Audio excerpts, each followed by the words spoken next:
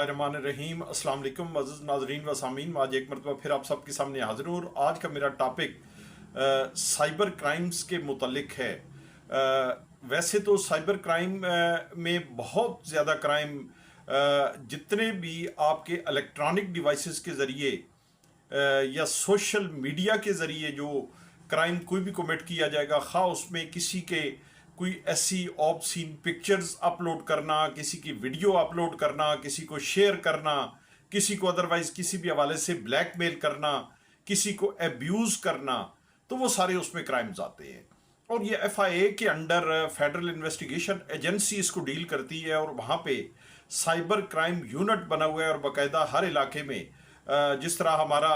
Rawalpindi division का, वहाँ पे रावलपिंडी में, इस्लामाबाद में, वहाँ पे इनके थाने भी बने हुए हैं, इनके इन्वेस्टिगेशन भी होती है, इन्वेस्टिगेशन का पूरा एक सिस्टम है वहाँ पे, और वहाँ पे मैटर्स रिपोर्ट होते हैं और उसके एक तरीक़ेकार होते हैं। इसी तरीके से तकरीबन हर डिवीजन लेवल पे ये सेटअप बने हुए हैं। लेकिन आजकल जो बहुत ज़्यादा एक साइबर क्राइम या इस इलेक्ट्रॉनिक डिवाइसेस के हवाले से क्राइम चल रहे हैं, वो हैं लोगों को मुख्तलिफ हवालों से जो ब्लैकमेल करके उनसे रकम बटोरने के मुतालिक जो मुख्तलिफ व्हाट्सएप कॉल्स आ जाती हैं, सोशल मीडिया पे मुख्तलिफ तरीक़ों से लोगों को ब्लैकमेल किया जाता है और लोगों को मुख्तलिफ तरीक़ों से एक चंगल में फंसा लिया जाता है। और इसी तरह वैसे आपके मोबाइल फ़ोन के ऊपर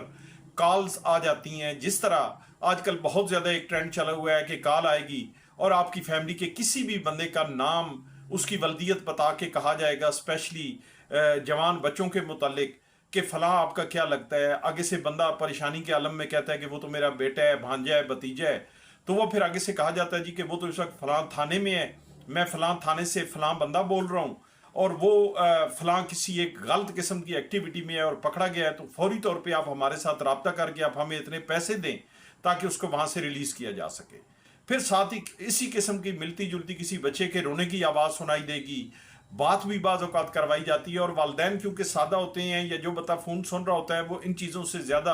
अवेयर नहीं होता, तो वो उनकी बातों में आके वो ये समझता है कि शायद हमारे ही उस अजीज़ को इन्होंने वहाँ पे थाने में पकड़ा हुआ है और वाकई उसने कोई जुर्म कर दिया,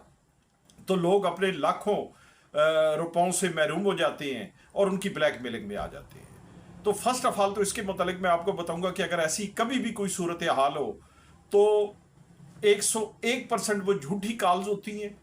कभी भी किसी की बात में ना आए, कभी किसी को अपनी कोई इन्फॉर्मेशन ना दें और उनकी वो कॉल जो है फौरी तौर पे अपना मुतलका जो लोकल पुलिस स्टेशन है वहाँ पे ज़रूर आप बताएं जी कि इस नंबर से मुझे कॉल आई, और कोशिश करें वो कॉल रिकॉर्ड करने की। अगर रिकॉर्ड न भी हो सके तो ज़रूर उस नंबर के हवाले से और वो जो आपके साथ जो उनकी डिस्कशन हुई, जो कन्वर्सेशन हुई, उसके जो मेन पॉइंट्स हैं वो ज़रूर एक एप्लीकेशन की शक्ल में अपने लोकल पुलिस स्टेशन में आप ज़रूर इसकी इतला दें।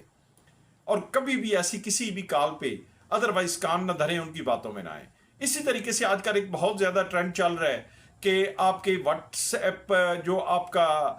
अकाउंट है वो हैक हो जाएगा, हैकर्स जो है उसको हैक कर लेते हैं, आपका सोशल मीडिया अकाउंट्स हैक हो जाते हैं और वहाँ से फिर मुख्तलिफ लोगों को मुख्तलिफ मैसेजेस जितने आपके कांटेक्ट में होते हैं, आपके पास ग्रुप्स होते हैं, उसके वो मैसेजेस चले जाते हैं। यकीनन मुझे भी कई लोगों के मैसेजेस आए दोस्तों के, अजीज़ों के नंबर से, आपको भी यकीनन आते होंगे कि मेरे इजी पैसा अकाउंट में पैसे नहीं है, मेरे जैज़ कैश अकाउंट में पैसे नहीं है, मेरे बैंक अकाउंट में पैसे नहीं है, मैं फंस गया हूँ, मुझे पैसों की ज़रूरत है, तो मुझे ऑनलाइन पैसे भेजे जाए।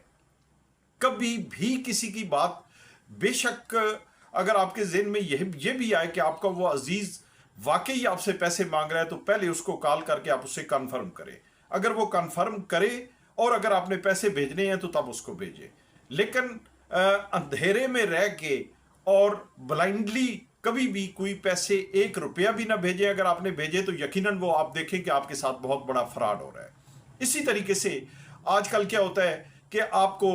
ऐसे नंबर से मैसेज आ जाते हैं कि जो नंबर बज़ाहिर आपको ये लगता है कि शायद जिस बैंक में आपका अकाउंट है उसका नंबर है या उस हेल्पलाइन का नंबर है, और वहाँ से आपको आ जाता है कि आपका ID कार्ड जो है वो एक्सपायर होने वाला है, तो हमें आपकी कुछ इन्फॉर्मेशंस चाहिए, आपका अकाउंट डॉर्मेंट होने वाला है, हमें आपकी कुछ इन्फॉर्मेशंस चाहिए, आपके अकाउंट के साथ ये प्रॉब्लम है, हमें कुछ इन्फॉर्मेशंस चाहिए, या आपके जो इजी पैसा, जैज़ कैश, यू फोन या मुख्तलिफ जो आपके सेल फोन नंबर्स के ऊपर जो आपने अकाउंट बना रखे होते हैं लोगों ने आजकल, क्योंकि इलेक्ट्रॉनिक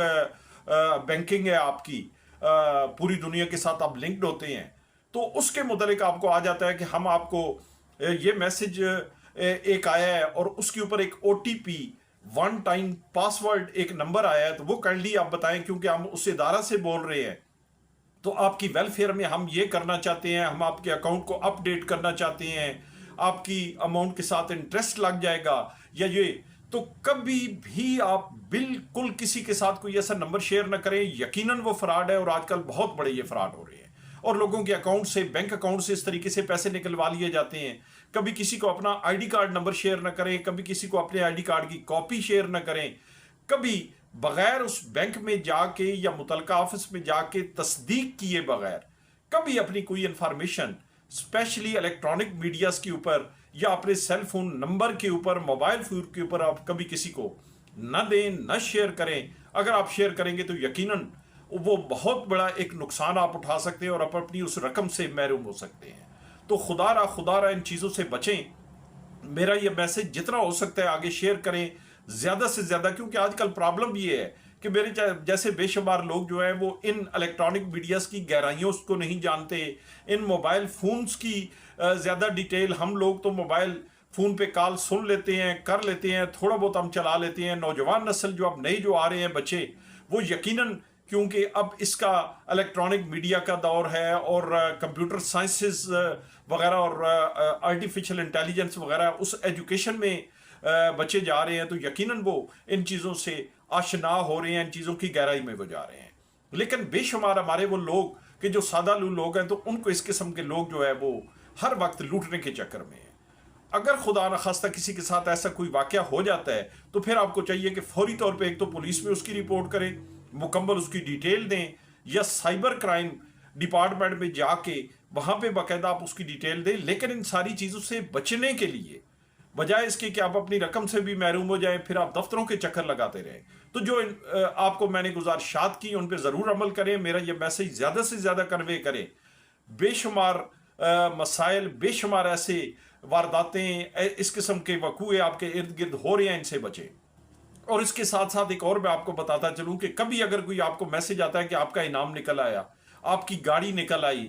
आपको फलां आपने काम किया, तो इतना, तो एक बात आप ज़हन में रखें कि जब आपने कोई ऐसा काम किया ही नहीं तो किसी ने आपको क्यों इनाम देना है या किसी ने आपकी क्यों गाड़ी निकालनी है। बिल्कुल इन चीज़ों पे ध्यान न रखें। बिल्कुल किसी को